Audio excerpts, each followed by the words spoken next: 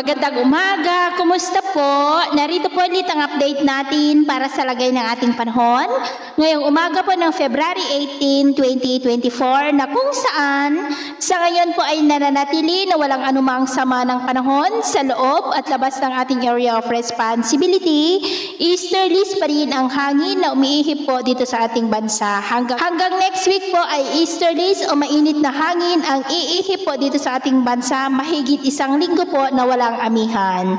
At sa atin pong long range forecast ay wala naman pong bagyo na nakikita na tatawid dito sa ating bansa hanggang sa matapos ang buwan na ito, pero hindi pa rin po inaalis ang posibilidad na may mabuong sama ng panahon sa silangan ng Mindanao at ang development pa rin nito ang ating babantayan kung matutuloy po iyan o hindi. At sa lagay po ng ating panahon, ngayong madaling araw ay maayos ang panahon sa malaking bahagi ng ating bansa pero may tsansa pa rin ng mga isolated rains sa ilang bahagi po ng Quezon, Sorsogon, Eastern Samar, ilang bahagi ng Southern Leyte, Caraga, Bacolod at Oriental Mindoro. At mamaya po ay sisikat ang araw sa malaking bahagi ng ating bansa pero may tsansa pa rin ng maulap na kalangitan with isolated rains. Diyan po sa may Sorsogon, ilang bahagi ng Samar provinces, Leyte, Capiz, Aklan, Bacolod, Caraga at ilang bahagi po ng Davao. At mamayang hapon, posible pa rin ang maulap na kalangitan with isolated rains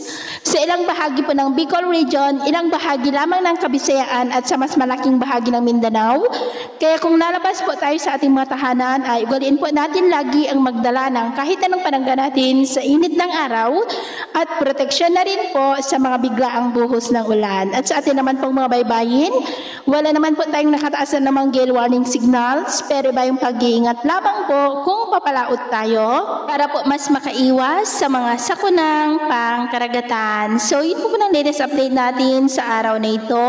At ako po muli si James na nagsasabing sa kahit na pagsubok po na darating sa ating buhay, wag na wag po tayong mawawalan ng pag-asa. Thank you and God bless!